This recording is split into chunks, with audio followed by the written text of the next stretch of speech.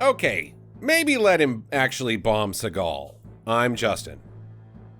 Dancing, it's not on. I'm Sam. So many people have birthmarks. Why does this one look like somebody smeared shit on the back of their leg? I'm Jackie, and this is Dancing Ninja on Stinker Madness.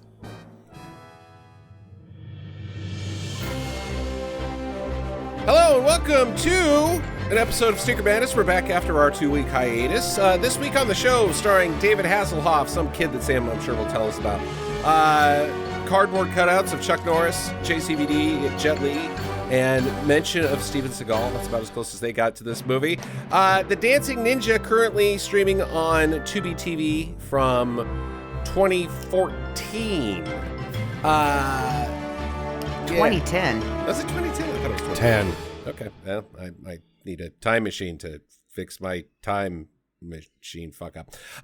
Before we get started, I do want to say to the listeners, we have a very special interview at the episode of the end. At the end of the episode with Harry Medved and Harry Pollenberg. They are, you might know Harry Medved as he was co-author of the 1980 book, The Golden Turkey Awards, and a big contributor to the mystique and the resurgence of Plan 9 from Outer Space as a so bad it's good movie. Harry and Harry, they're both Harrys, they toured around the film locations. They've got a show on PBS SoCal. It's called Locations, where they tour around movie sets. And one of the, not just sets, but actual filming locations. One of the spots that they recreated was all of the locations that they had to dig and find because they're buried in the sands of time for Plan 9 from Outer Space. And they had Joe Dante help. Joe Dante, beloved Stinker Madness director, and Dana Gould was on the episode with them too. So I gave them an interview, and it's pretty interesting, and I think that listeners will like it. So stay tuned to that. Back to the Dancing Ninja, Sam. Who is this kid, and should we care about him? Lucas Grabeel. Lucas Grabeel. He's in the High School Musical movies that I've never watched, I guess. Jackie, did you watch those? No, I did not. Okay, all right. Yeah, so there's what we know about him.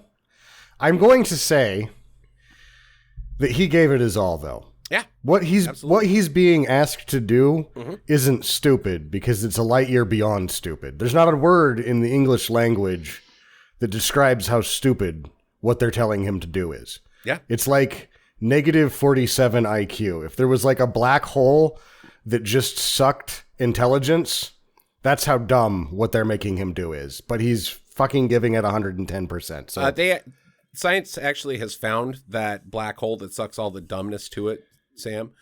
It's called the White House. And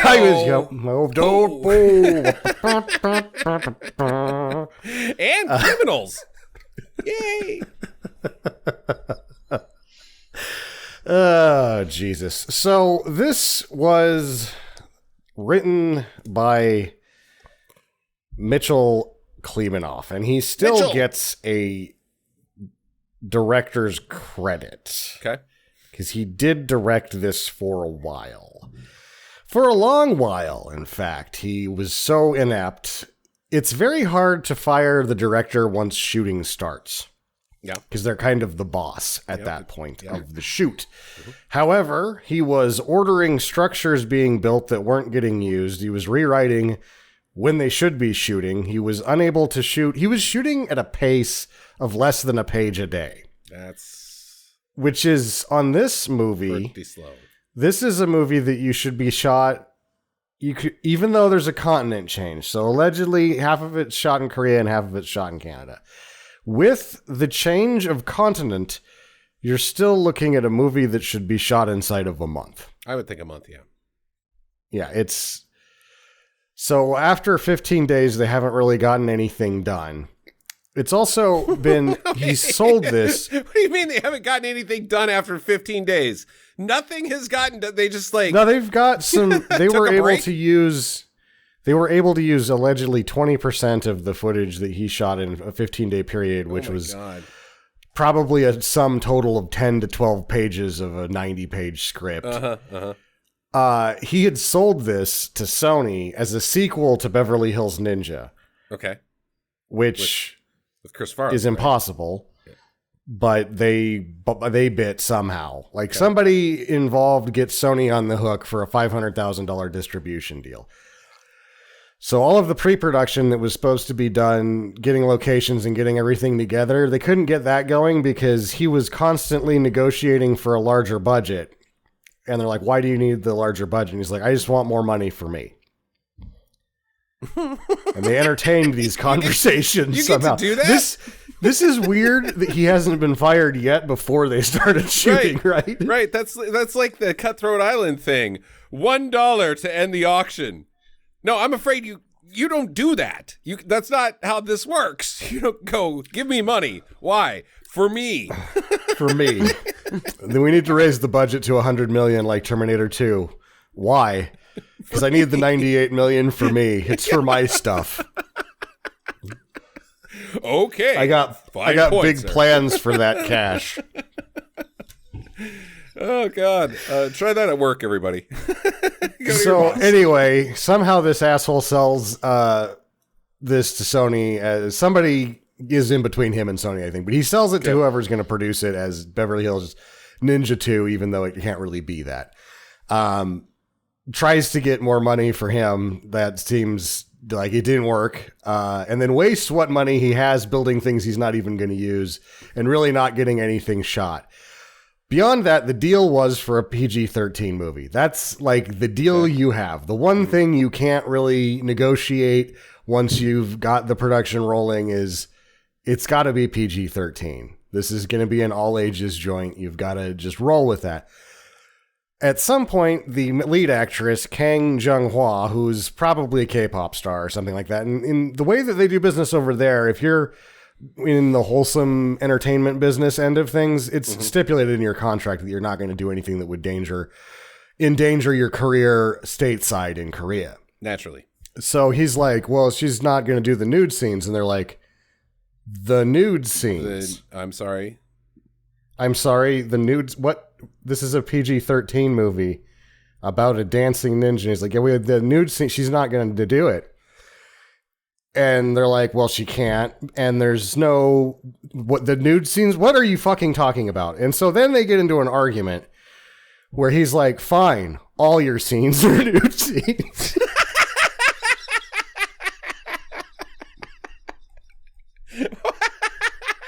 Have it your way. Have it your way. Oh my God, what a weirdo. And this has got to be about when he gets fired. Yeah, I would think. And it's right around this time, but he's already made a side deal. He's like, she's not going to do the nude scenes. I know it. So he's brought in Elise Estrada to do all the nude scenes. And this is about when he gets fired because Elise Estrada has already shown up on set. And so they already have somebody on the books for money that they've paid. The script doesn't really make any sense because he's rewritten it every day for 15 days. So they probably go back to like square one where he started, and they bring in a new director who's a producer for television because she knows what to do and get things, back moving on time. She looks at the script and there's just one page that says, "Show me that butthole." Yeah. Wait, what? She won't take off her clothes for me. That's in the script. Really angry about that. It's a whole page. It's like, it's not just inept. Like it doesn't even make sense when I was reading this, like how sideways this guy made things. And also like, well, I won't pay for naked ladies with my own money. Right. Like, what kind of a fucking creep are you? Yeah, good Lord. Anyway, Kelly Sandifer comes, and then she gets the Korean part shot inside of 16 days, and then the Canadian part inside of, it didn't say exactly what schedule, but they were barely able to use anything that he had shot. And they now have the lady for the nude scenes that they're not going to do. So she becomes the DDR girl. Okay. And so they just sort of slap all this thing together and crap it out as fast as they can. And they still probably lost the distribution deals. So that's why I've never even heard of this. This is also right around the time that David Hasselhoff's The Burger. Mm-hmm. This is right in that time period of the blown up Whopper. Do you remember the blown up Whopper? Of course I do. It's part of culture history. It's important stuff. Because I feel like if this is happening in 2010, that's right around, was it 2008, 2009 when he hoffed the sandwich? Yeah, somewhere in there. That just the ripple effect of that, had this been anywhere on radar, I would have heard of this movie. And I have never heard of it until we watched it today, basically. Yeah, this is an odd one to find for Jackie. I mean, not an odd one for Jackie to find, but yeah, I'd never heard of it either. It's incredible, though, that guy, because that's really the story of the movie, is like the guy, one of the writers, he's not even like the sole writer of Beverly Hills Ninja. He co-wrote it. Mm-hmm. And he co-wrote Disorderlies, if you remember that movie, right around that same time. Yeah, I think so. Is allowed to become like a miniature tyrant for a month. Yeah. In inexplicable ways. Like, doesn't even make sense when you say it out loud. I want more money for me. She's not doing the nude scenes. Of course she's not, because there's no fucking nude scenes. Yeah. Where would the nude scenes have even fit with this? I don't know. Maybe... I mean, like, this is the type of humor that might sneak in a comedy butt here and there, but, yeah. Titties? No, I don't think so. No, just not going to happen. So yeah, that's the size of this one. Okay. Jackie, let's go to you. How was the Hoff? Do you still look good in this movie? Yeah, he still looked decent. I mean, don't get me wrong. The rat tail wasn't sexy. Rat tails are never like. Who decided? Like, there had to be somebody in charge of saying rat tails should be a thing, and that person should be ejected into space. It seems like a trailer park trait. It's pretty trailer parky, but don't forget that that Anakin had a rat tail. You know. Yeah. Yeah, when that happened, I was like, that is fucking stupid. Yeah. Yeah, it's too far removed even from the Phantom Menace and Attack of the Clones that they would be riding the success of the Padawan hair. Yeah, right. Like, it's even too far out from that. How come Luke didn't have a rat tail? Because he had better sense than that. Yeah, that will never fly on Tatooine. He's like, well, you're too old for this anyway, so you don't have to do the stupid hair thing. He's like, there was a stupid hair thing? What the fuck is that about? I was going to go down to the Tashi Station and get my herd in. Now I got to be a Jedi? Yeah. Yeah, no, the rat tail was dumb. Don't do it. Even... I think it's not supposed to be like a trendy rat tail. I think it's supposed to be like a fucking Steven Seagal rat tail. Like, he's an action star, so he's got to have an action rat tail, like Seagal. Maybe they just know how dumb rat tails are. They were grasping at every comedic straw, so I think the rat tails are just a grasp at a comedic straw because they suck so bad. Yeah, I think it might be. I think it's satire. I think it's totally satire. Yeah. All right, let's do this.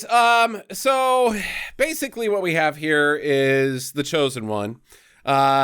He's, I guess, punted out of the side of a boat. We never find out why. In a chest, like a treasure chest, not like a baby crib, not like Moses or Elora Danan. He's in a treasure chest, pirate's booty. This didn't make any sense to me until like most of the way through the movie. I just have animation of people doing bad fishing. Yeah, that too. That's all it looked like to me at the beginning. And I guess maybe stormy weather. I don't know. Either way, this is the prophecy that the dancing ninja will, I guess, float into somewhere in Asia in a treasure chest. And it's a tiny baby with a giant loaf of bread that looks like the rats have gotten at it. It's it's just like got little rat bites all over it. So that baby's been bitten by rats, and it's not going to make it. Well, he does. I'm just saying. He does. In reality, that kid's dead from rat bites. Well, in reality, he's dead because he's in a treasure chest, Jackie. He runs out of air in like 3 seconds. He's dead from asphyxiation. But they're like, here you go, baby. And they give him a piece of bread. He's a baby. He doesn't eat bread. This isn't a toddler. Like, it's a baby. I bet that's full of doubloons. And it's like, nope, it's full of the baby. The baby. And the bread. What about the breast milk? Nope, no breast milk. Nope. The bread. She won't do the breast milk scenes, goddammit. This whole movie would have made more sense if it had nudity in it. Oh, yeah. Okay. So 16 years later, he's a teenager. He has angst or like dream angst. He's a sleepwalker. He punches things in his sleep because he's got the destiny in him, but he doesn't have the means to let the destiny out until later. We'll get to that. But he does weird things at night. And he is a delivery boy for his dad's seafood restaurant that's gross. Like dead that's fish. Gross. It's pretty I actually thought that was funny. It's a front, right? Yeah, for their porno making. Yeah, they make pornos. Yeah. And so sexual education videos. Yeah. They make pornos. Yeah, they make pornos. They have a fake fish shop that's not good at all. Yes. Okay.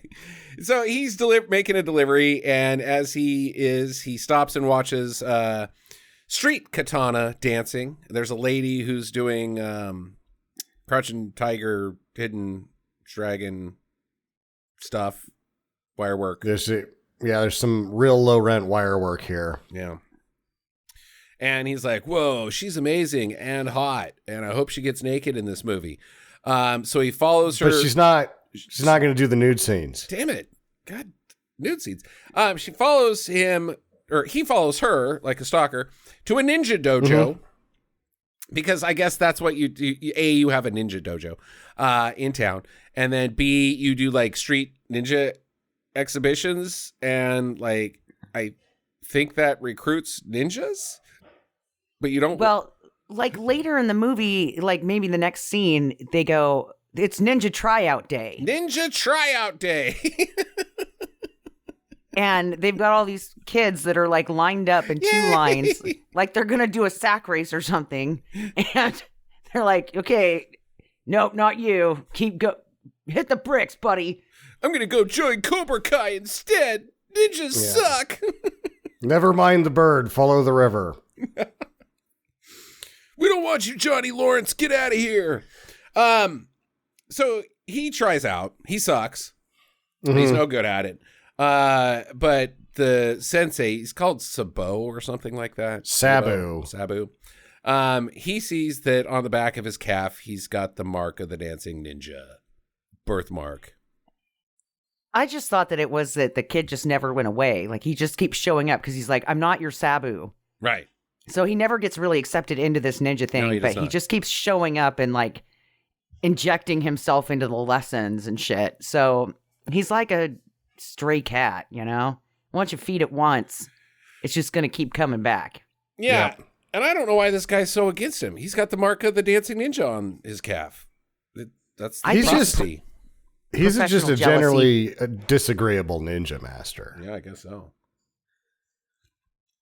Oh, you know what just occurred to me? That he probably lets him hang around because the video store that he gets all of his videos from is that kid's parents. Right. And so he's like, shit, if I make them mad, I can't rent the videos anymore. So I guess I got to let this little pecker hang out. I won't get my seafood delivery anymore.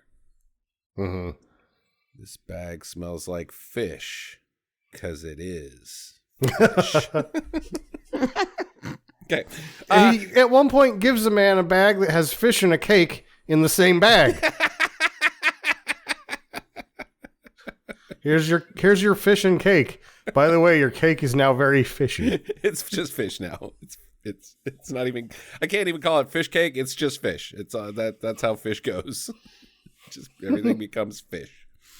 So Dancing Ninja, he gets a magical call to a DDR machine, and he works his butt off at it. DDRs his brains out. 1 year later goes by. He's much better at dance fighting. But then another year goes by, and he never gets off this DDR machine. And now he can DDR on his hands. It says that he has high scores, but when you're looking at his feet in the lights, he's still not doing he's it right. He's not making a thing. And and this is maybe why the rat tails are a callback to the Padawan business, because they're 7 years out from DDR jumping the shark. There's a time DDR jumped the DDR craze was over and done with by 2004 or 5. Yeah. Oh, totally. I think so. Don't forget the FP came out in like 2016. The Wii was out by now, and no one was doing anything but that with the. Yeah. No, there was dancing in the Wii. That's true. Okay. So, anyways, so he's still not a ninja. Sensei still doesn't like him, but Sabo demonstrates that he has dance telekinesis. Like if he does certain hip thrusts, it will like, pwah! Like he's got cock force. He's got cock force, yeah. There's really no other way to put it. Mm-hmm. Suck it, Obi-Wan. I mean, if you're into it, suck it. That works for you. I'm not here to judge.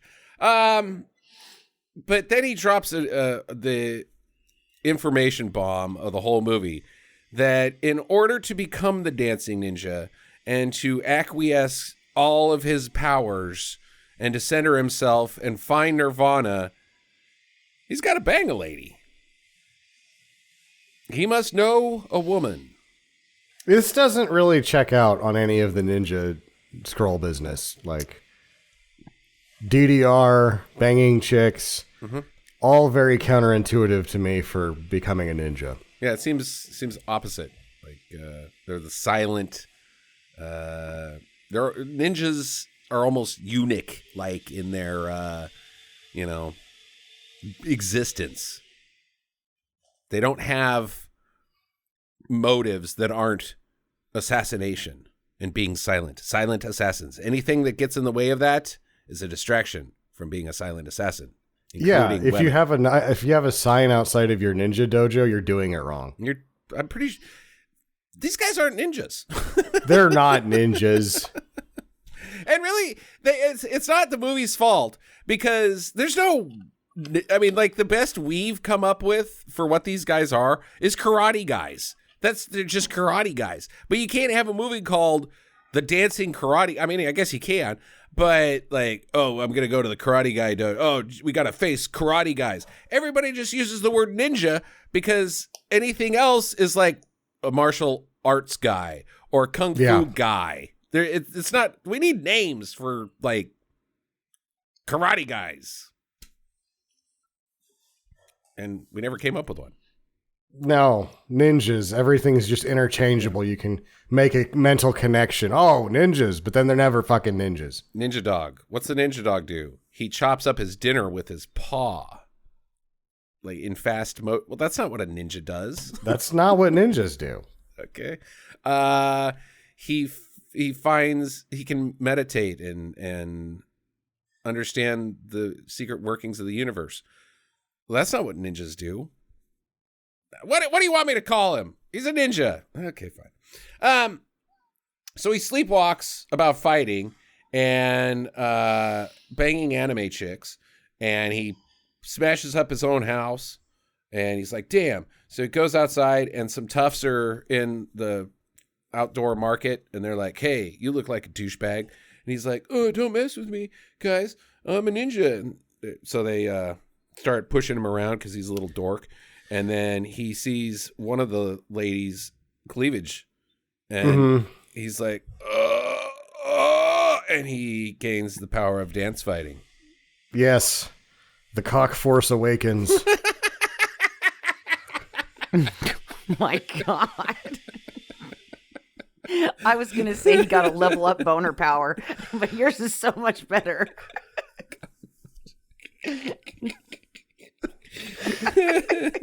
It's really this is the first introduction to some of the weirdest fucking music we've had in a movie in a while. The lyrics are just awful. Yeah. And they're done obviously for the movie. I wrote down some of the lyrics to this song, which was dance, dance, dance, come and shake your pants.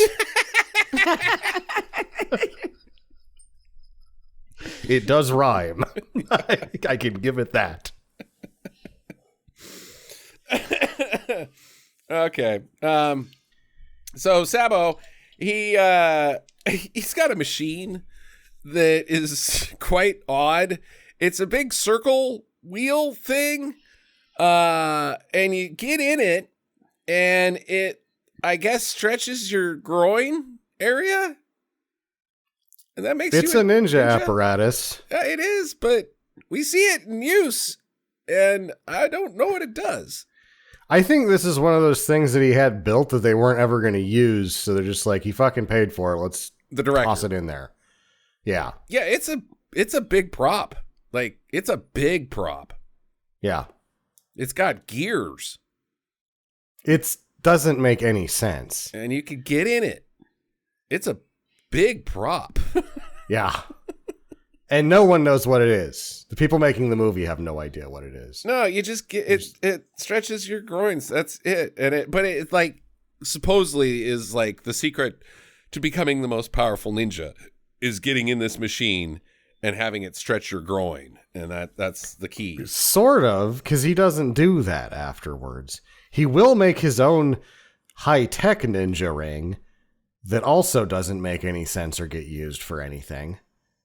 But, like, there's this ring, and then if it's the Master of Ninja Power area, Hasselhoff never gets in it. No, I'm not talking about Hasselhoff. I'm talking about Sabo.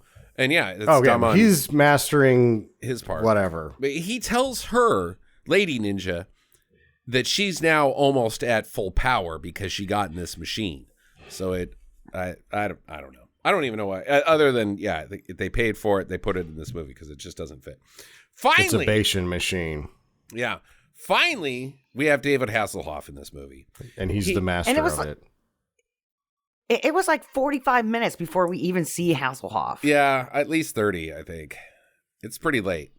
But he's pretty much wall-to-wall for the rest of the movie. He is a character named LaDouche. Again, grasping at every comedic straw. I don't hate it. I don't hate LaDouche either. Some of this stuff was actually funny. I've seen this joke done much worse. Yeah. But he's a washed-up martial artist star and is connected in some way to a new cable channel that is the 24-hour fight channel. That's all they have on the 24-hour fight channel is fight. Which he's not even really involved with it. There's like rumors that he could be involved with it because later he strong arms his way into the fight channel. Yeah. On the news, they're like, is he involved? And that's the same lady that calls him washed up and he gets all pissed off about it. Mm-hmm. Right. So he wants to get some scroll. The scroll never comes into play. Maybe it's about the dancing dragon or the dancing. He gets a random scroll and we never find out why he wanted that. Yeah. I think it's maybe so he can have dancing ninja sense because he has the prophecy that he's going to be taken down by the dancing ninja, right? Yeah. Okay, so the scroll that he takes from Sabu are the plans for the round circle thing. Oh, it's not a scroll at all. It's just blueprints? Yeah, it's just blueprints that he rolls up into a scroll and steals. Okay. Well, it's not a scroll then. It's just wadded up papers. Plans. Yeah, you can't turn plans into a scroll. I found the scroll of my house construction. I feel like, it's a complicated machine as far as a movie prop, but in terms of its general construction, you could probably just snap a few pics and be able to build one of those yourself. Oh, it stretches out your groin. Okay, cool. So like we could get Suzanne Struthers involved for the marketing, Maybe Jane Fonda stops by. Chuck Norris, he might. Oh, I can't talk to him because I'm going to kill him. I mean, well, I don't know what this thing is. So he puts the Sabo on the stretcher, and Sabo's like, stop it. But wait, I thought this put you at full power. I'm confused. This thing's dubious. You also got up there on your own accord, sir. Yeah. So you were just hanging out there. He gets pissed and he flies out of the machine, and then he uses crotch kinesis, but to grab sticks. But then LaDouche tries to also use crotch kinesis, and he doesn't have it. Like sticks fly at him, but not in a cool guy way. Yeah, he's got undisciplined cock force. He's having troubles performing. So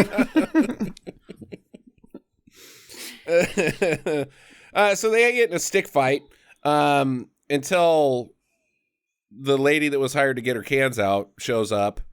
No, that's not the lady that's hired to get her cans out. DDR girl was the... Bree Turner is the assistant to Hasselhoff. She's in a bunch of movies for 2 seconds. Career extra type. Yeah. She distracts Sabo just long enough for LaDouche to shoot him. Oh, no. And they take off. And then Dancing Ninja comes in, and he's running all over the place, and he finds Sabo, and Sabo's like... I know that this isn't the first time this joke's been played, but I do think it was well executed here. He's like, oh, no, not you. Go away. And he's bleeding out. I don't want you.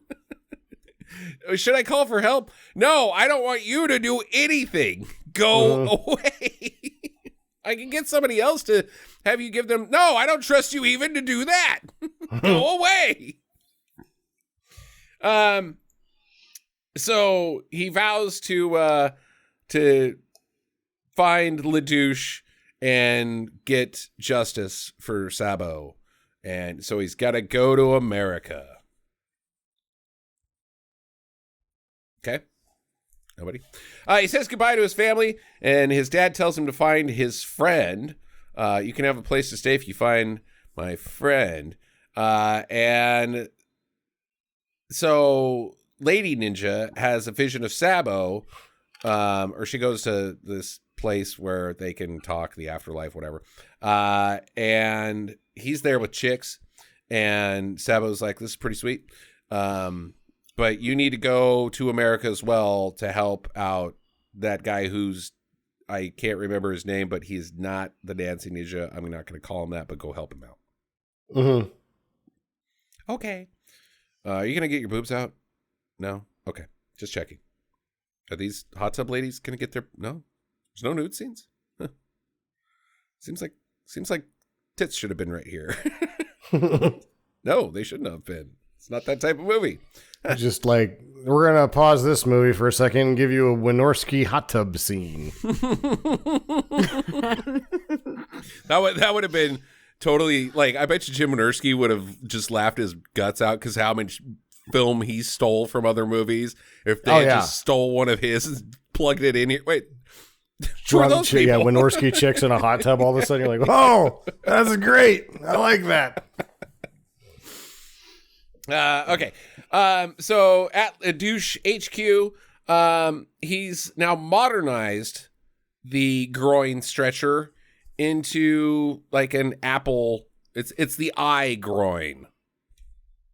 And he's gonna do stuff with it. Sell it. I don't know what the plan is. Because it just goes away for the rest of the movie. Right? Yeah. It just kind of seems like he made an at-home gym like Chuck Norris, and he's now going to get Christy Brinkley to come in and help him sell this thing. Yeah, I don't think he is. He abandons this plan pretty early in the movie. It never comes back up. And he's got, for somebody who's washed up or whatever, he has his own building, LaDouche Industries. Yeah, yeah. But he still needs to be the face of this TV channel, like channel 331 on DirecTV. Yeah. Everything in my global domination plan, the linchpin is me being the face of channel 333 on DirecTV that nobody watches. 24-hour fight channel. So Dancing Ninja, he gets to the hotel and they're like, there's no place for you. And he's like, oh yeah, my father told me to give this gift to his friend. Oh, his friend is my dad. What's it? Oh, this is gay porn. He knows. Like, was it, hey buddy, I got you some gay porn? Or was it like, hey buddy, you better let my son stay here or I'm going to tell everybody about the gay porn? Who knows? But he gets a room now, I guess. Yeah. Thought it was too vague of a joke. So he sees the DDR girl. Did she get her boobs out? I don't remember. No. She didn't? Huh, okay. There's no nude scenes. It seems like there should be. All of a sudden, you've changed your tune. Yeah, it just seems like, I don't know. The script calls for it, right? It's written right there. Show me that butthole. Just some topless lady jump ropes across the screen. See, it works. It works. Yep. Sony, didn't you like it, Sony? Eat your heart out, Hitchcock. So then he gets in a fight with the DDR girl's boyfriend, and who is I would like to say one of the Property Brothers. Okay. Did anybody else catch that? No. Property Brothers. Drew Scott from the I Property saw that Brothers he was show. in this. I didn't recognize him as that guy though. Yeah, he's a Property Brother. Okay. Property bro. He's a pro bro. Or would it be a prop Rob? Yeah. Pro bono? Dancing Ninja is currently getting a pro boner. Semi-pro. Semi-pro. Going semi. Okay, so he goes on sleepwalk ninja attack on them and is about to, I think, kill them until the lady ninja flies in and stops him. And she's like, no, you can't do that. You got to fight LaDouche. Well, LaDouche is at the 24-hour fight channel headquarters talking to the I don't know, president of this. I don't know what you call the I guess president of the station. I don't know what that guy's job title is. Who bears an uncanny resemblance to Eric Roberts. And I was he's not, though. He's Gary Hudson. How come this guy's not Eric Roberts? I would have really tied things together. Eric Roberts will be topless. You couldn't get Eric Roberts to do this, and you could probably get Steven Seagal to show up, but when the production's been as troubled as it has already, and there's so much sexual, not even harassment, just misconduct already going about, then Seagal's the last guy you want to get on set. Yeah, no shit. I think Hoff would work with Eric Roberts. I do not see the Hoff saying yes to working with Seagal. At any point in his career, I think the Hoff has enough pull to say, yeah, I'm not doing that. Well, I think at this point, in 2010, Seagal has been basically relegated to filmmaking in former Eastern Bloc countries. Yeah, by this They're point. the only places that would take him at this point. But I still think, like, hey, we got Seagal to do this cameo with you. Yeah, I'm not showing up to set that day. No. Yeah, no. I'm not doing that. Who do you think you are? I think I'm fucking David Hasselhoff. Who the fuck do you think you are? The guy that wrote "Show Me That Butthole" in a script. So, fuck fucking Adam McKay, baby. No, you're not. I'm the guy that can't get a goddamn nude scene going. That's who I am. Ay, los mío. Okay, so he takes over the 24-hour fight channel with a hockey puck. That joke sucked. I didn't like that one. Dave's Ninja's like, I'm going to kill that son of a bitch. And he looks up his address in the phone book. How do I kill him? I'll go to his house because it's 2010 and we still have phone books. No, we do not. No, I think they still brought them. You could use them to like hold the leg, like put under the leg of a shitty table. At that point was the only thing you could use a phone book for. You could strap them to your child's feet and they could drive a car. Oh, you could do the strongman competition. You could do the strongman, and rip it in half. Oh yeah, I used to tear the phone book. It was always people just didn't get it. And it's like it's really not that hard. Yeah, but they had a traveling show. Do you guys remember that? They go to the college campuses and tear phone books. Yeah. Yeah, I didn't go to dumb shit like that. I know how to do it. It's a fucking trick. It's easy. Jackie's like, you're prestidigitation. It's the phone book terror circuit.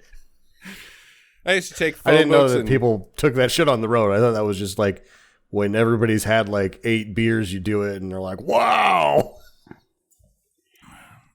I never saw anybody do that at a party in college. And if they would have, I would have been pretty impressed. I think the last time that I used a phone book was in the late 90s. And shout out to this guy. We found his number, and his name was Bruce Beerman. And we thought he was the hero of the universe because his name was Beerman. So we'd call him up at all hours of the day. I can't remember what we'd say to him. He hated us. He did not like us. He didn't for a while. He was fine because he was like driving. Like the first time we did it, he was like, yeah, I'm just... Because it was a cell phone, too, or something like that. It connected to his cell phone. It was in the phone book. You don't know. It was in the phone book, but he was like driving a trailer in Utah or something. I don't remember that part. I don't remember. I just remember, okay, we both remember calling him, but that's it. Yeah. Hope you're still out there, Bruce. You're still a hero. Real American hero. Your name's Spearman. Yeah, phone book. Oof. Okay, so anyways, LaDouche is giving an interview in front of his machine, and now he's named it the Kung Fu Ninja Sizer. What does a Ninja Sizer do? Ninja sizes your Kung Fu. Oh.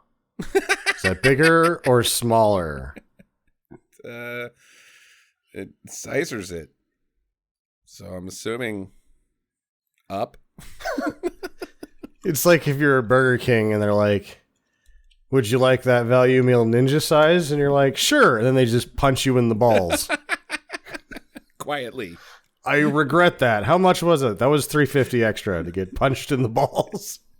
They don't punch you in the balls. A man suddenly appears, like smoke bombs his way into your car, punches you in the balls, and then burrows out the underside of it. Yeah. Ninja burrows.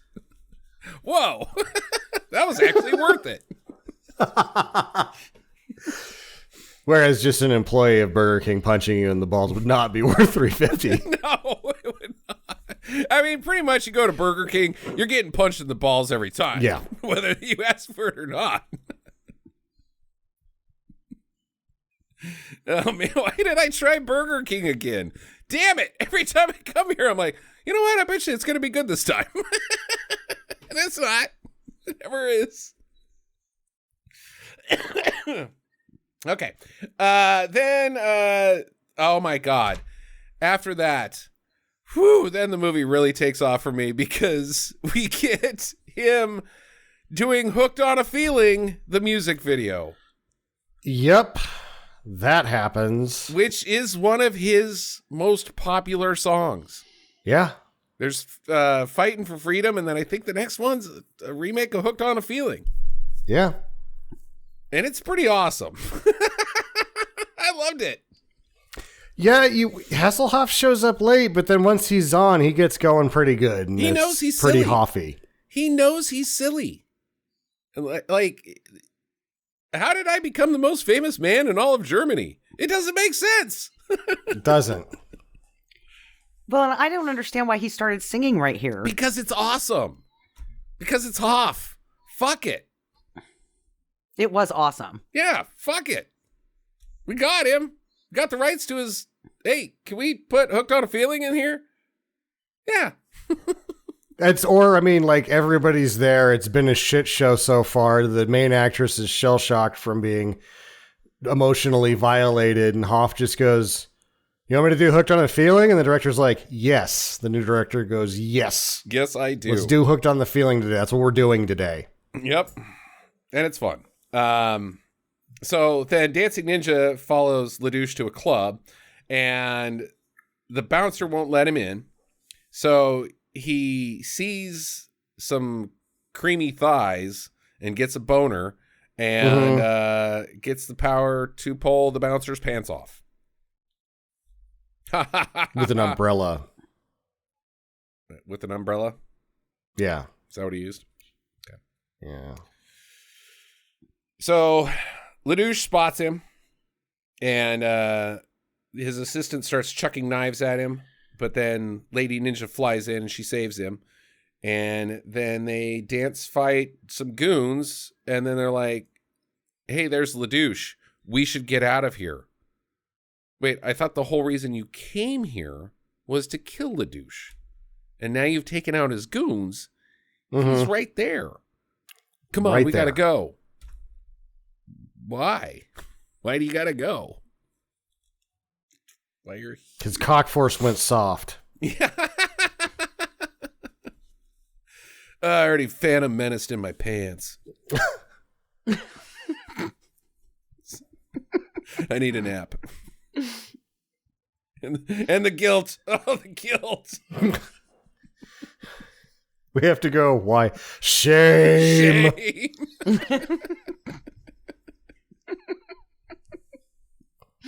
I'm a disgusting person. Okay, so LaDouche realizes who he is. He's the dancing ninja. And he flashes back to when he was a kid, and he gets a tarot reading, and his mom is David Hasselhoff. And he got 3 cards: the monkey skull, death, and the dancing ninja card. Mm-hmm. So it's all a prophecy about the dancing ninja. I feel like that's an expansion pack in the tarot, isn't it? Yeah, based off my limited knowledge, I'm going to say that that last card, probably not in there. Oh, right. I got Dancing Ninja. Woo! Cool. I got Penguin. Bulbasaur. I got a Bulbasaur. Pokemon. Pokemon cards. I got a kid. He knows Pokemon. Elsewhere, Dancing Ninja now has his own musical video about how he loves Lady Ninja. And I thought it was fine. I thought it was fine. I didn't hate it. Didn't like it. Didn't hate it. Again, he's giving it his all. You got to give him that. He really, really gave it his all. And I will say, like, at this point in the film, this is when I was like, this is a weird one, because I will say that this movie has balls. Like, it takes fucking chances. And it doesn't like, it's not safe. It doesn't play the safe game. It does satire that a lot of people I don't think would get that's in this market for this type of movie. And then these dance numbers, I think they're risky. Yes, they are. And, they went with them. And so I applaud this movie for having nuts. Because let's put it next to Beverly Hills Ninja. And Beverly Hills Ninja is like, I love Chris Farley, but that movie's not good. Because it's as milquetoast an effort as fucking milquetoast the 90s had. Like, yeah, the movie poster is better and more interesting than the movie. Yeah. What was that one with Jamie Kennedy, where he was also a kung fu guy? Or no, he wanted to be a rapper. That's what. What's that Beverly Hills rapper? It's really annoying. I don't know. Jamie Kennedy. Yeah. You guys remember Jamie I can't even think of a movie that he's in that I can't remember one thing. I remember that he exists. Yeah. like Orange County Gangster or something like that. Huh. No. It's like that. Like, no. But this movie's got nuts. It's got big old giant balls. I respect it for that. So he watches, he's there in the hotel with Lady Ninja, and he's like, oh, I got to set the mood. So he watches his parents' sexual instructional video. And they're like, okay, dim the lights, play some soft music, put rose petals everywhere. And she's in the bathtub, and they both go to meditate, and then he finds her in meditation place in the bathtub where there's a dude rubbing her shoulders, and he's like, hey, that's my Lady Ninja. Who the hell are you? And then they get in a fight in Nirvana. In the enlightenment plane, even though she didn't want any of them to be there. She just wants to take a goddamn bath. Hey, man, she chose to go meditate in the bathtub. You never know who you're gonna find at the enlightenment plane. Directors that demand nude scenes. Yeah. I was going to say, at least it wasn't Zabu. Yeah. Hey. Whoa, hot tub. Oh. No, this is a bathtub. Fuck off. So he fights this mind boyfriend guy. And then she's like, I'm sorry I led you on in the real world. And he storms out, and she's like, where are you going? He's like, I got to kill a douche. But then he trips and lands on her. And in that position, and it gives him a boner, and he gets enormous ninja powers now. Mm-hmm. Jumps off the second-story balcony. Mm-hmm. Mm-hmm. See ya. I gotta go do this. So he goes to the network guy, and the network guy's like, hey, what are you doing here? And he's like, are you my dad? I am your dad. It would be nice if it was more elaborate than that, but it's barely more elaborate than that. It's like he looks at a picture and it's like, hey, you were that guy on that boat when I was a baby in a chest with bread. I remember you yelling off the side of the boat, even though I was in a treasure chest and I was a baby. You were there. You know, son, after you, your mother and I quit putting babies in chests. Tossing them out into the ocean. It was a really weird hobby that we had. I don't know what we were doing there, but we stopped it. So some goons come, they nab his dad, and they tell him to go back to somewhere in Asia, or else. Or else what exactly? Lady Ninja, she gets all jelly over Dancing Ninja dancing with the DDR girl. And she's like, "Nah, you're my man," and pulls him away. So now she's on board with Dancing Ninja. Mm-hmm. Did anybody else think that was a weird cut? Like, your dad has just been kidnapped, and you're at a dance club, like, trying to hit on a chick. He's got to get his boner powers to save his dad. Yeah. Right? Oh, okay. I don't know. You know, that makes sense now. Makes sense. Since the object of his desire has shunned him, he's just slumming it. Well, I know why that scene exists, Jackie. It's because she got naked. It was a nude scene. Right? No. Nope. Oh.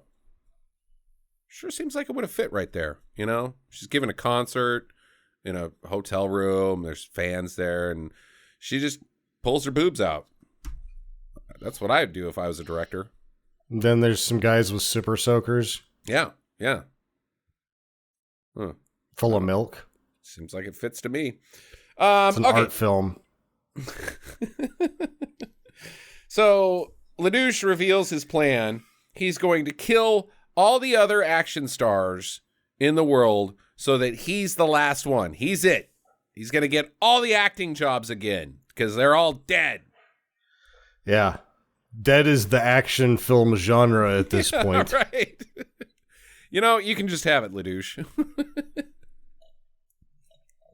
You want to go direct to video, huh? Ooh. Big star. Yeah. Oh, would you like to shoot a film in Azerbaijan? No, I'm good. So Dancing Ninja, he gets a mega boner. I can't remember how he got the mega boner.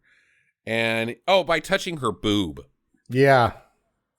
Lady Ninja's like, just do it. Yeah. But at the same time, like, what you're really seeing is, like, he says out loud, I need to know a woman.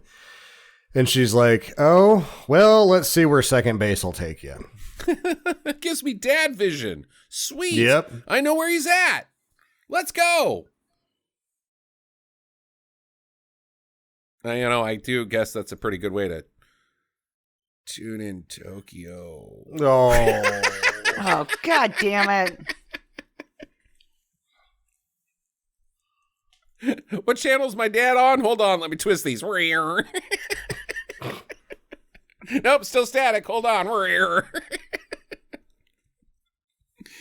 Okay. 24-hour fighting channel premiere happens. And JCVD's there. No, he's not. Steven Seagal's there. No, he's not. Jet Li's there. Nope, didn't show up. But they say that he's there. They're there. Dancing Ninja and Lady Ninja, they find Dad, and he gives them a message that the plot that, hey, you got to go stop the bombs because they're going to blow up the movie stars after the premiere. Okay. Mm-hmm. But then they immediately get nabbed. Also, there's 3 bombs. 3 bombs. For those 3 stars. When he gets rid of those 3 stars, then the world of action film is his. I guess Chuck Norris isn't going to be a problem because even in 2010, he was too old, I guess. No, because if you fuck with Chuck Norris, he's going to kill you. Yeah. Like, he's going to spin kick you. Like, I'm going to get rid of these guys. Oh, you're not going to get rid of Norris? And he's like, what? Do you want me to die? But even mentioning his name? Like, the Chuck Norris jokes are still going strong right now in 2010. Yeah. So, LaDouche goes to the ring for the premiere, and he introduces lady fights. And I like this because, like, they're just some randos. They're not, This is not even fighting. This is worse than, like, Jello wrestling. Yeah. But they're not professionals. They're like, we found her at the grocery store. This one's a trailer park queen. That's their entire, like, they're not professionals. This is just lady fighting. We found 2 ladies. They're fighting. You're going to get a better fight on Jerry Springer. Yeah. They at least have a beef. It's the Fight Channel. We didn't say it was professional. It's just fighting. Yeah. It's just fighting. What type of fighting? The kind that we don't care. It's fighting. Do you guys think that this is what started the bum fights? This movie? Yeah. I think the bum fights were in like 99. I don't think this movie had those were VHS. Yeah. Oh, okay. Never mind. It could have been those could date back pretty far because it was VHS. Right. So Lady Ninja and Dancing Ninja, they're caught in a net, of course. And so she's like, take me. And he's like, really? But I don't want it to because we're trapped in a net. She's like, we could just leave the net because it's fucking nobody's here to like net. We could just take it off actually. So that has nothing to do. I want to be your girl. He's like, okay. So then they start making out and he gets mega boner and it blows the net off of them and they're free. So LaDouche sees them inside the premiere. And he's like, it's too late. My plan has already succeeded. I have put the bombs in the goodie bags. And they're going to go off in any second. But Dancing Ninja's like, oh, yeah, I've got force crotch. And shoots them up in the air and they explode. All 3 of them. All 3 of them, yeah. Where am I at? So now they can dance fight the goons. They beat up all the goons with dance fighting. And he uses a spinning head stand on LaDouche. And that takes LaDouche down. Yes. He should take himself out too. This seems very... The G's that he's experiencing. Upside down. It's going to be dizzy. On somebody's head. So LaDouche is like, I can't handle it. And he gets on a helicopter ladder, and the helicopter's about to pull him away. But Dancing Ninja there's one last bomb that the assistant brought in, shoots it into the helicopter. Helicopter crashes, kills everybody. Except for Dancing Ninja and Lady Ninja, because they teleport to a hotel so that they can bang. Yep. And you're like, well, I guess his real dad died. Oh, no. Oops. Oh, man. I forgot about that guy. Shit. Forgot about that guy that's my dad. Forgot my dad. Oh, man. But then there's a post-credit scene that's like, don't worry, he got himself free. He's good. Kind of. But it's better than nothing, because right when it ends, I'm like, you forgot about your dad. He's totally blown up, dude. Is the post-credit actually diegetic, or is it just like the cast? It's him fun? Getting out of the chair before the bomb goes off. Well, I guess that's true.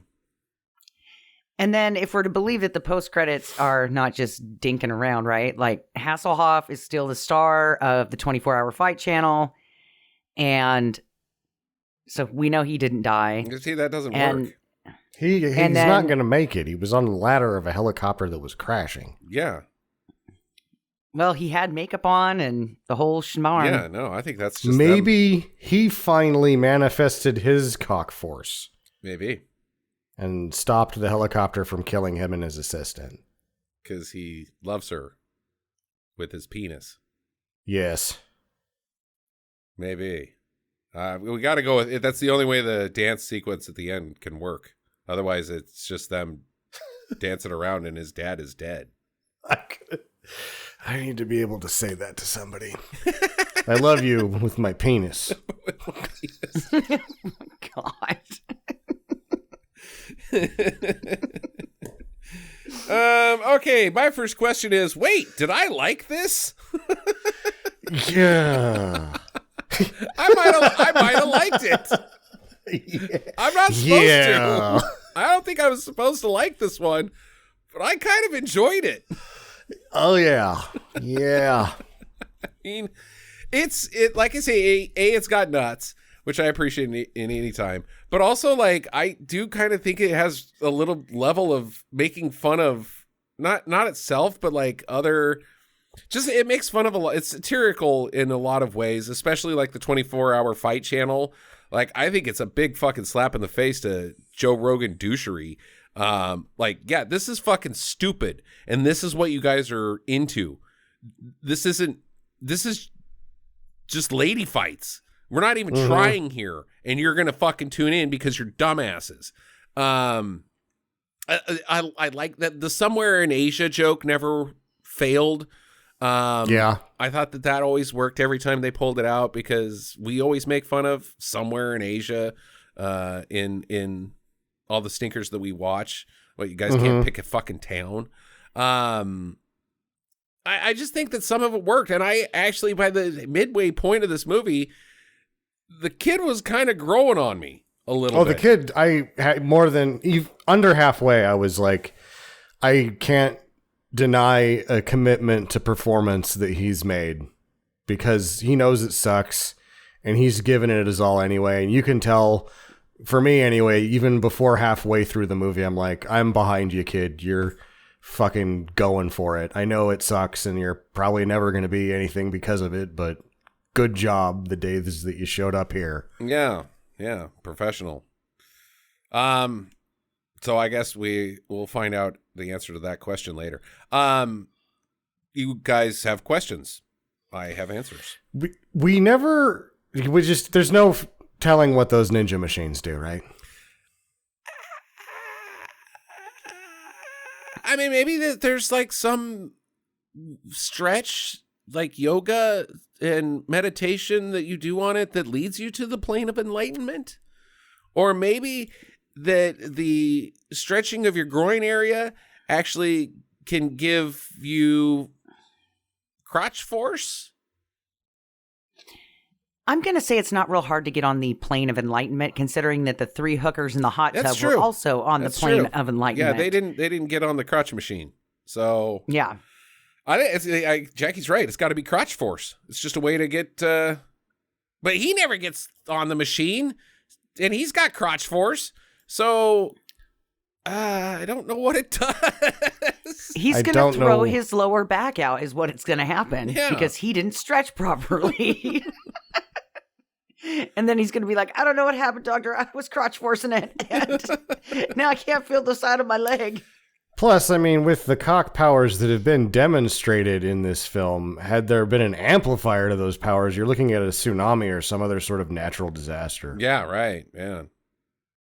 No, that thing needs to be destroyed. It's too much power for one man. Yeah. One cock. One pelvis. Yeah, don't put Elvis on that machine. Hey! Elvis has left the building, and we've left Earth. Yeah, he just cracked the moon in half, gyrating. Whoopsie.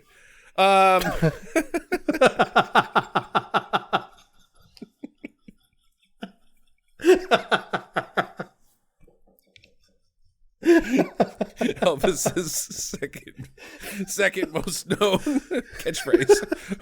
Whoopsie.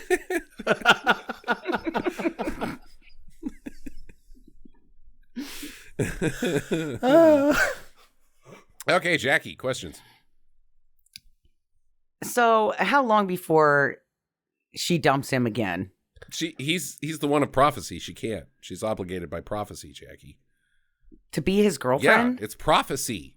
What, you're gonna Well, wonder if he's not interested anymore and he gets performance issues. Bummer, man. Let's just be real here. They banged in a U-Haul trailer or truck, probably without a condom, so she's probably pregnant. Yeah. That's all it takes is one time. It's guaranteed. The Especially one if that got they're away. prophesized ninjas. I mean, honestly, they just owe it to ninjas to breed.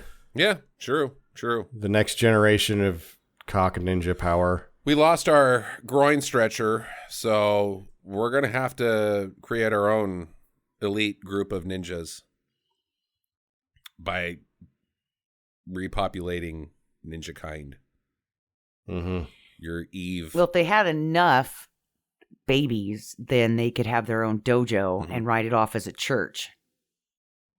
And then it would be tax-free. I don't think that's hold on, L. Ron Hubbard. Yeah, there's a lot of slippery slope with the tax law for churches, but I'm pretty sure Ninja Training Center doesn't qualify. You're a silent assassin, not a monk. There's not religion in ninjas. It's you throw stars and Shinto. They don't. You can still be a ninja and be like a Rastafarian, Sam. You could be an atheist ninja. You're a silent assassin. You don't have nihilist ninja. Yeah, can you imagine? He's just like, fuck it. Throws his ninja stars up in the air. Like, it's dumb. And throws them up in the air and then kills all the targets. Like, wow, I'm really fucking good at this. Yeah. Fucking ninja stars. Come what? What? What does it all matter? Nihilist ninja. Okay, shit. The other thing is if they have their own like clan of ninja babies, like there's always the favorites in a family. So like the loved ones would be black ninjas, but then like little Gary the ninja would be a blue one, of course. Like, god damn it. Just because I'm the middle child, I get to be a blue ninja? That sucks. You got fucking Cindy up there. She's a red ninja. She doesn't even know how to tie her shoes. She's just pretty. God damn it. Yeah, but Cindy. So I like it. Anybody else? Questions? No, I think he answered. I mean, they answered the dad didn't blow up on screen, so okay. That would have been the other big one. Final recommendations. Let's start with Sam. Yeah, I'm going to have to give this one a do. Okay. I didn't think I was going to like it at all, but again, committed performances by all parties. And I watched this with my mom, and she was laughing at it like it was Dumb and Dumber. Like, she thought this was a laugh riot. So I laughed a number of times as well. Like, this is way better than you'd think it would be. On paper, I shouldn't like this, and it's just so charming that it works. I think it's a do. Okay. I am going to also just barely give it a do, but it's not a do for everybody is my disclaimer. I think Sam's absolutely right. If you were to watch this with your folks, that's a good fit. This is a good market, production for watching with your folks. But for like the hardcore, like, dude, I got 3 movies and we're going to watch them. It's Bad Movie Sunday. You're probably going to have the weakest pick if you do Dancing Ninja. But, I still think somebody's got to have the weakest pick. And somebody's got to have it. It's not that. It's way better than it should be. And I should hate this movie. It's so far removed from Ace Ventura, but they're still trying the thing that only he can do. Right. Like when Leguizamo did The Pest, it's like that level of annoying performance, but it's committed. Yeah. So it's not for everyone, and it shouldn't be for me. But there's a chance that you're gonna like this movie, Jackie. So like within the first 5 minutes, I turned around to Justin and I said, "Sam is going to fucking kill me." Because it just was looking like it was going to be a fucking turd, right? And I will admit, I just pick movies based off of the cover. Everybody knows this. Yeah, it's great. And I love Hasselhoff. So I was like, okay, this is one I've never even heard of this movie. And then by the end of it, I had laughed a bunch and I thought it was hilarious. And I'm with both of you guys on what you said. It's not for the hardcore Bad Movie Sunday people, but if you're just looking for something fun, this could be it for you. Yep. Not for everybody, but it might be for you. That's the only thing I can say. Yeah. In 2 weeks, it will be my pick. I'm going back to the Fly Hards, and I don't know what I'm doing. I'm going to pick a Fly Hard. What? Maybe Turbulence 3. Air Force One. No, I was going to close on Air Force One. I think we're going to do Turbulence 3. Oh, you're going to close the Fly Hards on Air Force One? That's good. Yeah, I think that movie sucks. I think we'll do Turbulence 3. So I almost thought about doing Plan 9 because of this interview, but I watched Plan 9 in preparation for this interview, and it's just too short. It's only like fucking 68 minutes, and we couldn't get a whole episode out of it, so it's just not going to work. So Turbulence 3 in 2 weeks. And enjoy the interview with Harry, and we'll see you guys in a couple. The Harry weeks. Bananas. We actually made that joke on the list. You'll find out. Get to the chopper. Okay, so I am here with I've just got to call you guys how it is. I'm here with the Harrys. That's I don't know how else to do it. But why don't you guys... And the Hendersons. Yeah, right. Yeah, well, he's got to get out of here. He's got to get out of here. Yeah. Go, get. He's too hairy. Yeah, he's too hairy. John Lithgow, great guy. Tell me who you guys are. Harry Medved, let's start with you. And just kind of introduce yourself to the listeners. Some of them probably know who you guys are, but let's just get a refresher going. Yeah, no worries. I guess listeners of a certain age might recall that many, many years ago, my brother Michael Medved and I wrote a book about the worst movies ever made and followed it up with another book called the Golden Turkey Awards. So that book way back in 1980, when I was 19 years old, kind of started a trend for movies so bad that they're good. Yeah. And so we kind of paved the way for Mystery Science Theater, for the Razzies, for the book about Ed Wood, written by Rudolph Gray, and of course for the Tim Burton biopic of Ed Wood with Johnny Depp, written by the great Scott Alexander and Larry Karaszewski. So we kind of uncovered this cult following for Plan 9 from Outer Space, which existed below ground, and we brought it above ground. And many years later, I got into movie locations and wrote a book about them called Hollywood Escapes. And I wanted to pitch a certain show out here in Los Angeles called Schulhauser's California Gold. The producer of it was a guy named Harry Pallenberg. And Harry, I'll let you take it from there. Yeah, so I am that Harry Pallenberg, the other Harry, and we got this book, Hollywood Escapes, about movie locations around Los Angeles, and we thought it would be a great episode. And just for some backstory, Huell Hauser is sort of like an iconic PBS figure in California. He's sort of like the Charles Kuralt, going back even further in time, but walk and talk, amble and ramble type show. And we loved the idea, and we went out to Leo Carrillo State Beach, which is also known as Corman Beach, because Roger Corman filmed many of his, B movies there. Yeah. Like Attack of the Crab Monsters and Viking Women in the Sea Serpent, etc. Humanoids Yeah, of the Deep, so I think, was filmed there. Yeah, 100% true. Barbara, what's her last name? Who directed it for Corman? Man. I'm blanking on her Yeah. name. But yeah, anyway, so yeah. Fuck, humanoid- So yeah, Babs. We so know Babs. we got Roger Corman and we got Harry Medved as our on-camera interviews, and it was one of the more successful episodes that we'd done. Every time it aired, we got tons of feedback, and people were so excited.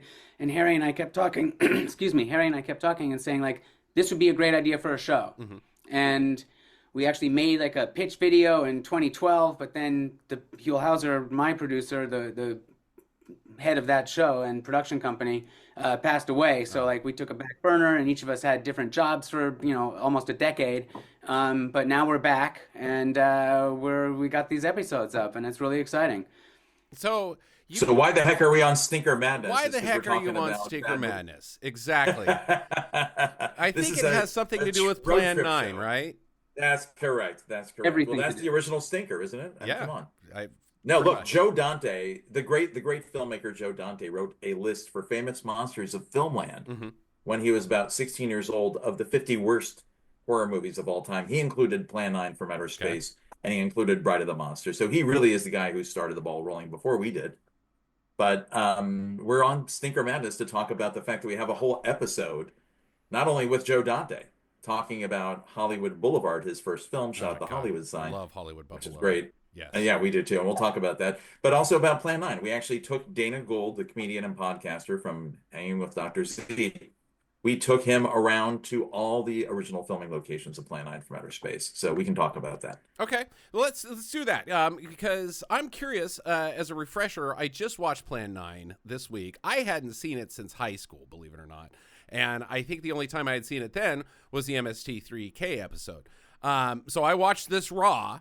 Other than the fact that it's in color on Tubi TV. So I've never seen the original black and white, but listeners, if you've never seen Plan 9, you got to, without the Mystery Science Theater. It's an incredible movie.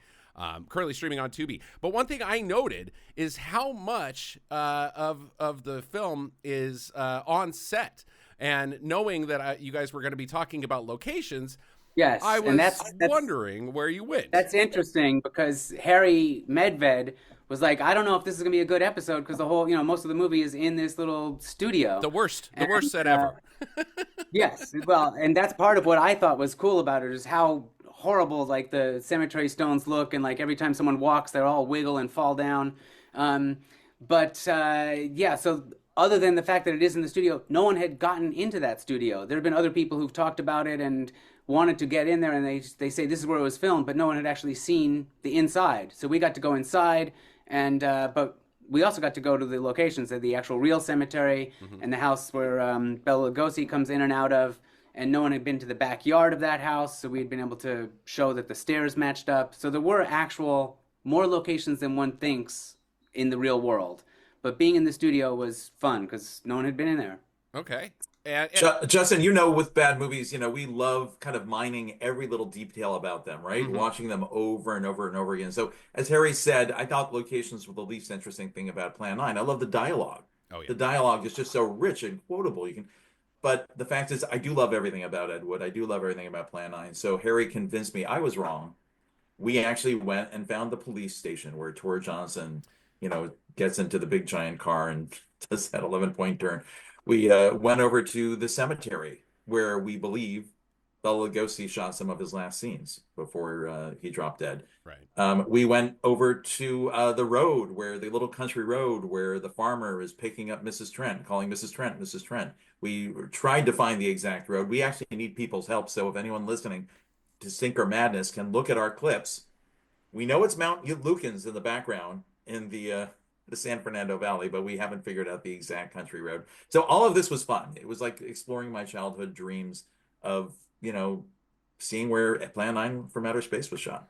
Now, And also, the one thing in the studio is, there's a famous scene where Tor Johnson is struggling to raise up out of the grave, and yes. they actually have a big hole in the ground that's crypt size, and we were trying to figure out if that was actually the spot where he came out of.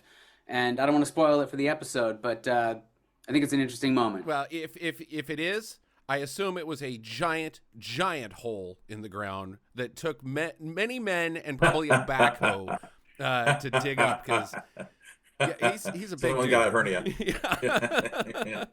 Yeah. Well, I will say it was big enough for Harry and Dana Gould to get in there together. So Okay. That sounds a little weird. it is pretty big. Come on. Don't spread rumors, man. Now, wasn't the house that Bela Lugosi was filmed around, wasn't that the producer or the executive producer? Because obviously Ed Wood produced it himself, but that might be just some IMDb trivia nonsense. But that was my Pretty close. Okay. You're close, Justin. It's actually the home of Tor Johnson. Oh, okay. And what's Tor Johnson, the Swedish wrestler who Right. plays Inspector Clay in Plan 9. And we had heard like Rick Baker, the famous makeup guy who actually won an Oscar for the makeup on Ed Wood, the Tim Burton film. Right. Rick had actually met Tor Johnson while he was alive and used to go over there for Swedish meatballs. Oh my gosh. That's crazy. Yeah. Yeah, can you believe that? But apparently, look, Ed was at the time, Ed Wood, living in an apartment. And by the way, of course, people should know we had called Ed Wood the worst director of all time. That's debatable. Of course, he's not a horrible director.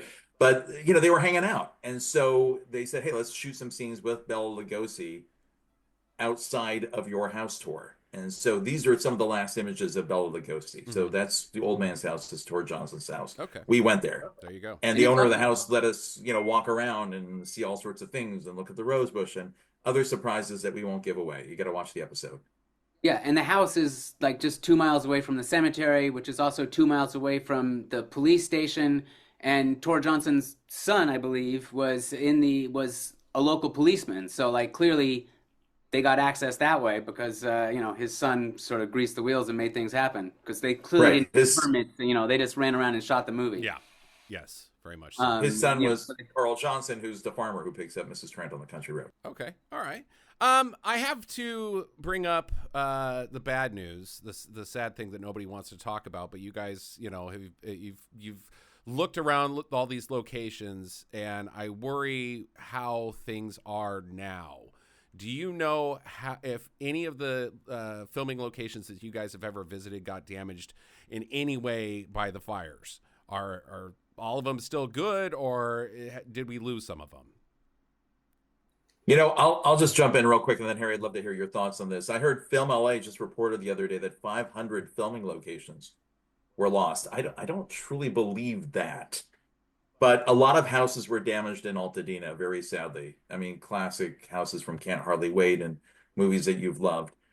But we were surprised to see how many places are still standing. I went to Palisades High School in the Pacific Palisades, and I had overseas people calling me saying, your high school's burning down, Harry. And it turned out it didn't. We actually went over to Palisades High School, otherwise known as Pally, and most of it's still standing. I mean, we would say like 80% of it is standing. All the homes around the high school are pretty much gone, and it's heartbreaking. And we have so many good friends out there who have lost their homes. They're, living in apartments now. But that's the high school where Carrie with Sissy Spacek, the original Carrie, was partially shot. Yeah. Not the prom scene. Right. Not the famous scene, yeah. Yeah, but some of the scenes on the track and field and the volleyball courts and stuff like that. But tons of other, like a million other movies.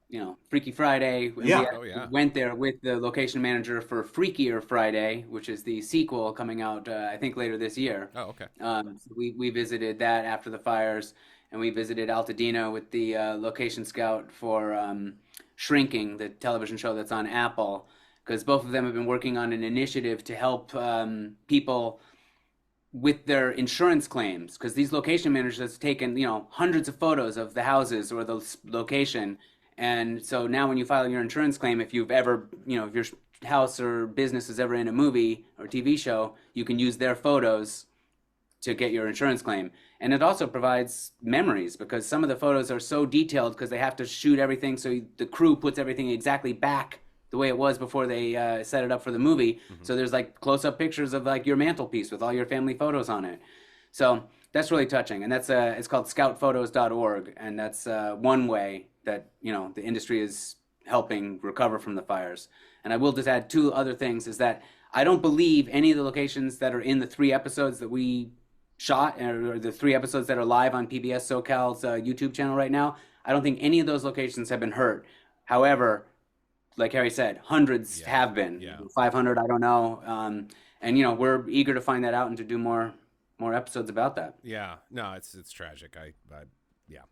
I don't like talking about it, but I did want to hear what your guys had. No, you got to talk about it. There was a lot of disinformation out there about the Hollywood sign was burning down. You saw a lot of that footage. Oh yeah, a lot of that, you know, was probably AI, but some of that might have been from movies, because there's hundreds of films, well, not hundreds, but dozens of films that show the Hollywood sign in flames. So we actually kind of talked about that on our episode about the Hollywood sign. We believe that Joe Dante might have been the first one to actually destroy the Hollywood sign in a movie on Hollywood Boulevard. So we kind of go through that, because a lot of people thought it was actually the movie Earthquake, but we believe it might have been before that with Joe Dante's Hollywood Boulevard.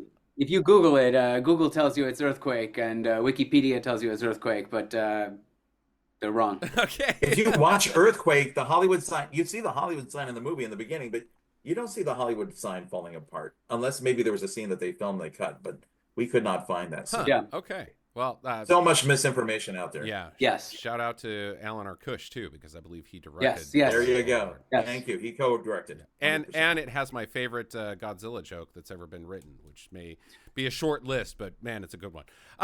Let's go back to Ed Wood, guys, because I've been torn on him for basically since I saw this movie. Because he's a director not like any of the other directors that we usually deal with that are, you know, writer, producer, director, you know, the Neil Breens, obviously the Tommy Wiseau, these egomaniacs that think that I'm the guy, I have to do all of the jobs. Whereas what I see with Ed Wood is something a lot different. The man actually was a storyteller, not just a self-aggrandizer. But he stunk. And I have yet to determine if he stunk because he stunk or he stunk because he just didn't have any money. So I'd like to get your guys' thoughts on now Ed Wood, 45 years after the Golden Turkey Awards. That's great, Justin. Well, look, I will tell you, I have newfound appreciation for Ed Wood. I think that a lot of people criticized us when we wrote the Golden Turkey Awards for being smarmy and maybe, I don't know, a little patronizing and talking about Ed Wood's career. It's hard to make a movie. Look, just Harry and I working together at Harry and Harry Productions, making these 3 episodes for PBS SoCal digital streaming. It's not been easy. And the fact that Ed Wood actually got these movies made is incredible. I think he had an incredible imagination. I mean, the idea of flying saucers meeting zombies in the graveyard, and the flying saucers parked in the graveyard. I mean, what an incredible imagination. I think also a lot of these movies were probably intended to be funny, but unfortunately, Ed Wood, the writer, was hurt by Ed Wood, the director. So when you have a scene with a policeman saying, you know, I don't know, one thing's for certain, Inspector Clay's dead, buried, and somebody, or Inspector Clay's murdered, and somebody's responsible. Clearly, that was a joke. It was supposed to be a joke. I'm sure Ed Wood wrote it that way. Like, well, somebody's responsible. Come on. Duh. But the actor who delivered it did one take, and he kind of said, like Sherlock Holmes, and somebody's responsible. So the take was just awful. And Ed Wood just went with it. Right. So if you had a different director for Ed Wood's scripts, like you did with some of his films, like The Violent Years, you get a better movie. I think it's just as a director, he was so rushed to get things done that he was just such a nice guy that maybe he just didn't push people to do another take, or as you said, he just didn't have the money to do another take. Yeah, I like my thought when I was watching it as well is that there is this idea of him rushing through things, and I wonder if it's just because there was so little belief in any of the projects other than his own belief, and he was having to sell people constantly on what he was trying to do. That just rushing through it, like, if I don't do this now, these people aren't going to show up again next week, and I'm not going to get this. So we got it done. Let's get to the next one, the next one, the next one. You know, things like Glenn or Glenda, you know, very ahead of its time movie, and extremely risky. The day for night things, they you know, we make fun of them because it's night in that graveyard, but it's day outside where Bela Lugosi's at. Well, he didn't have the money to shoot it at night. You know, he had to do those things during the day. It's just a lot of technical challenges that I just think the guy couldn't get over. But then you have movies like Orgy of the Damned, which is just nonsense through the entire thing, and it's mostly just a dancing booby movie. Orgy of the Dead. Yeah, it's hard to watch, but some of these films they didn't. I think it's of the Dead. Okay, but some of these movies like Revenge of the Dead, you know, Night of the Ghouls, he couldn't finish because of the money. They didn't have the lab cost. So I think you're totally right. I talked to Joanna Lee, who played Eros, the space woman in Plan 9. Before she passed, and she had told me that she had no direction whatsoever from Ed Wood, and she was saying, like, well, I'm a young actress, so she said, you know, Ed, what's my motivation? And he said, your motivation is you're getting paid, just do your job. I don't believe he really said that. It sounds out of character for Ed Wood, because he seemed like such a nice guy, but I don't think he gave a lot of direction to people. Like when Mona McKinnon is in Plan 9 and saying, saucers, you mean like the kind from up there? Right. That's clearly a joke. I just don't think the actors were in on the joke. I don't think so either. It's interesting in hindsight. You know, we've got and as someone who came to Ed Wood, you know, after Harry had written the book, and you know, so I knew Ed Wood as the worst movie ever made, just because that was that got hung on the worst director. Yeah, but it was also called the worst movie ever made. At least that's the way I first heard about it. You know, in college when we saw it. And Plan 9, you mean?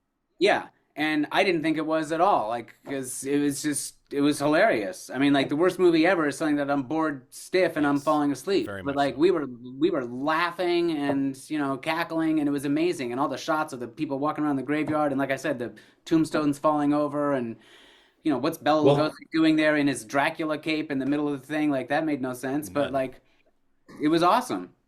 But that's a point that some of the guests on our show made. Glenda is so far ahead of its time. I mean, it's pertinent now. It's crazy. Yeah, no kidding.